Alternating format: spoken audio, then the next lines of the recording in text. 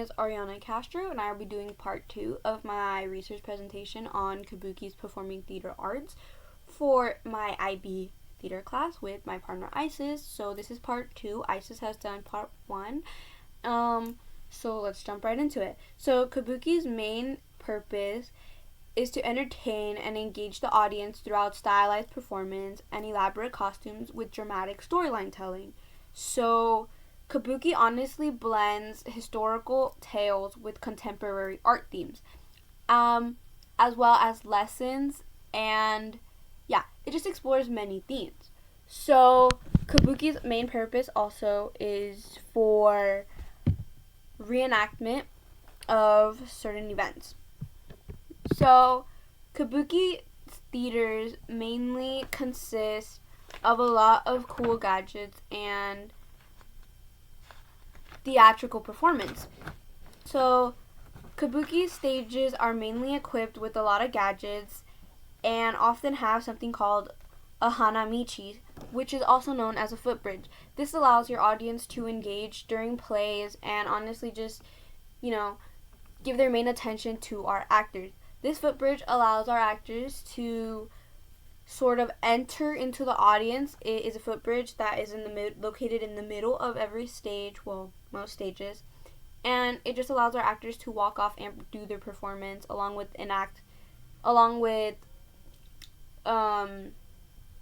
engage with our audience through this footbridge. So Kabuki concludes particular music, costumes, stage devices, and props as well. A very common thing that is also on stages are series and hanamichis, which are different walkways and stage elevators. An ejmaku is also an entrance curtain, which is used often to allow our actors to enter onto the stage. So a lot of Kabuki traditions actually consist of monotone voices, men performing women's roles, and audience interactions. Like I mentioned before, there's a thing called a hanamichi, which is a footbridge, and this also allows, once again, to allow our audience to interact with our actors. Men performing women roles is a very common thing. Before, I'm pretty sure at one point, women were allowed to act as roles, but it was more interesting for men to actually act all together. So Kabuki is consisted mainly of men actors. So men will actually, dress up, paint their face with makeup, and wear their traditional style kimonos, which is a Japanese type robe. Monotone narration is basically, so our actors actually reenact these stories with movement and very pretty dancing, with music and face paint also as representation. But if they do speak, they use a monotone voice, which is when the actor isn't speaking harshly or very, very loud, but they speak softly and more quiet. I have some facts actually about the makeup. So traditional makeup styles consist of white face paint and a variation of colors added on top to make different facial expressions. So each color of makeup represents or has a different meaning.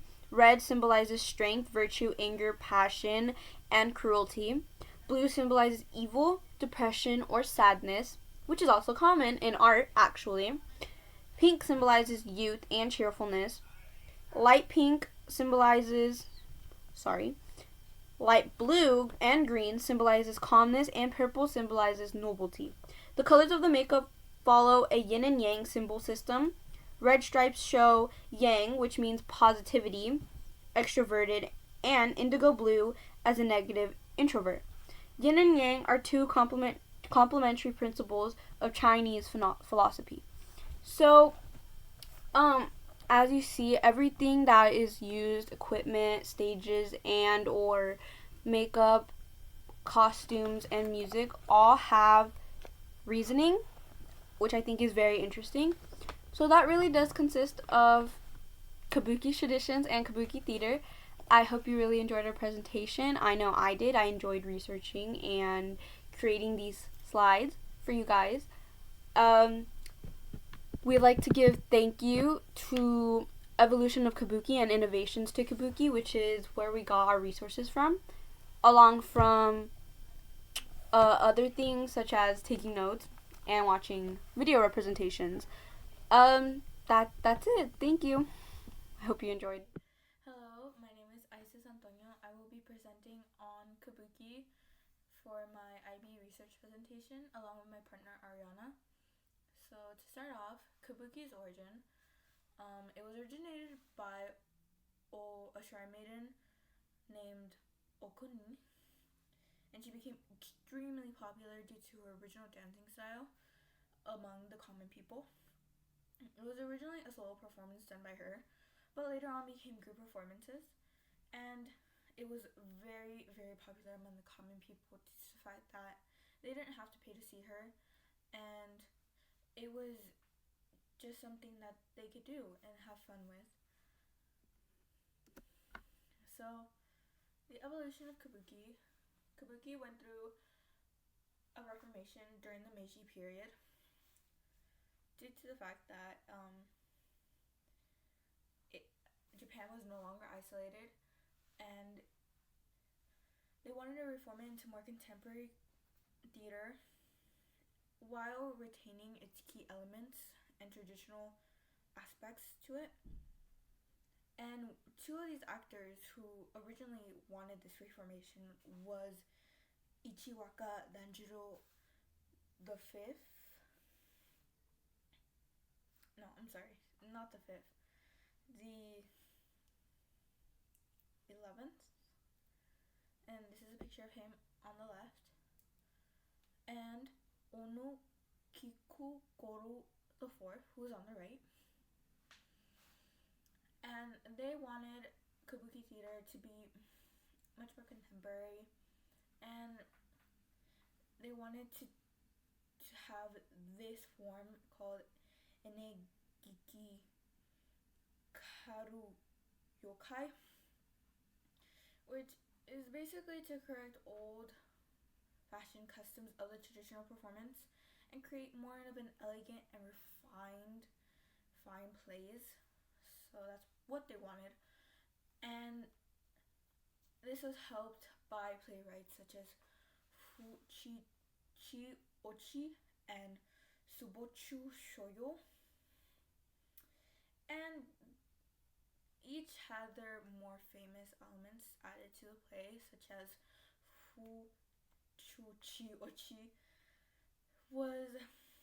he added more narration, more monologue dialogues, instead of having the actors themselves say their dialogues, while Subochi Shoyo put his characters in odd and unusual situations and settings.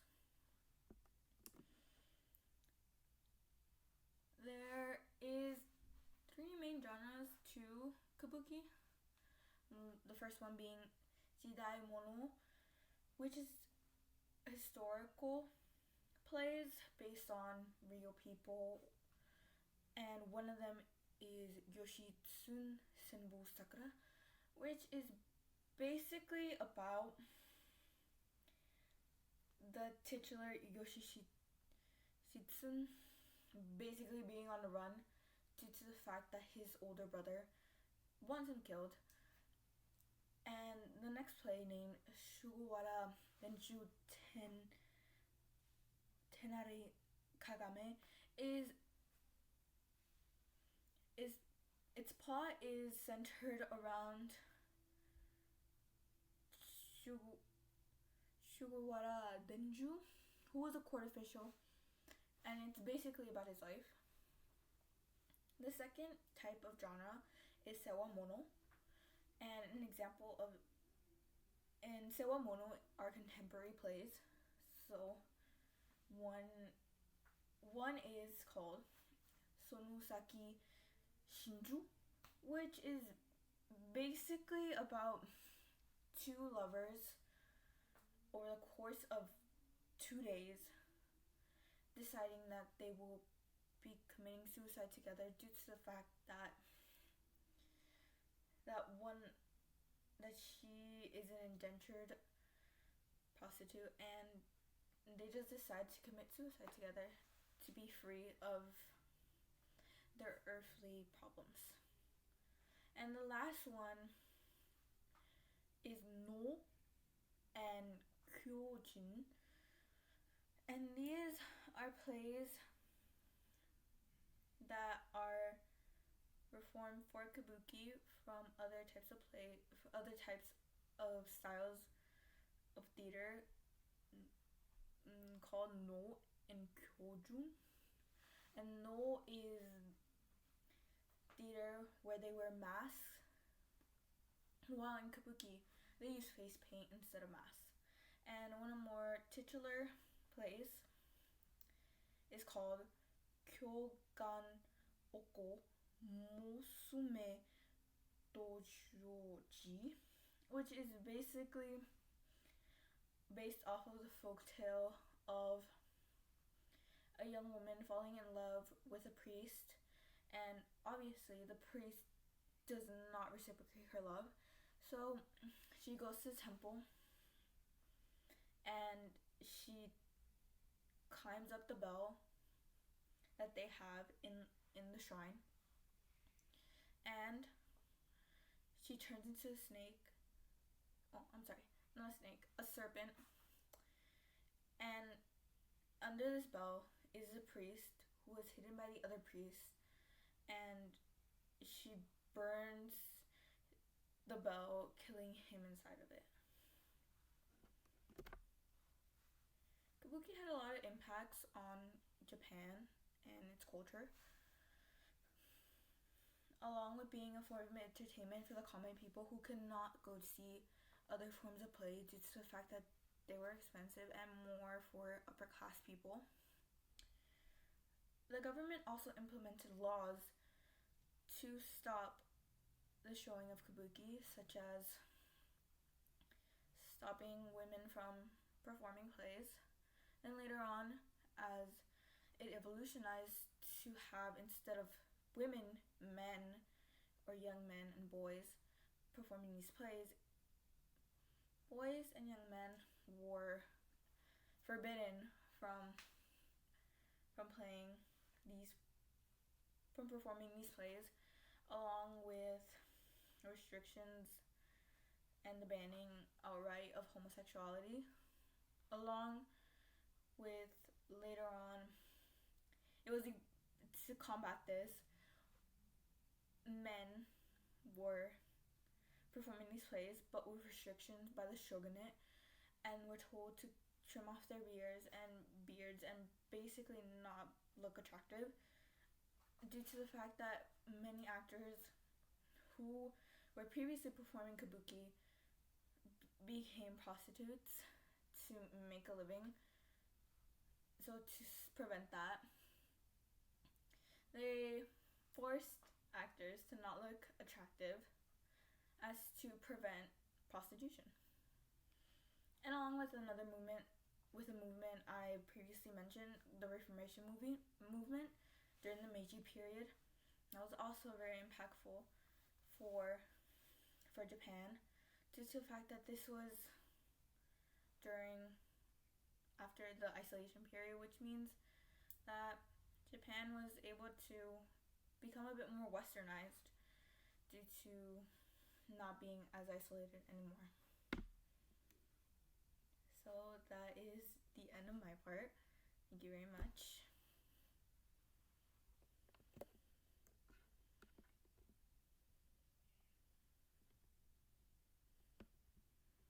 I will be performing a section of the dance from Musume Dojuji, performed by actor Otomon the Fifth. I hope you enjoy.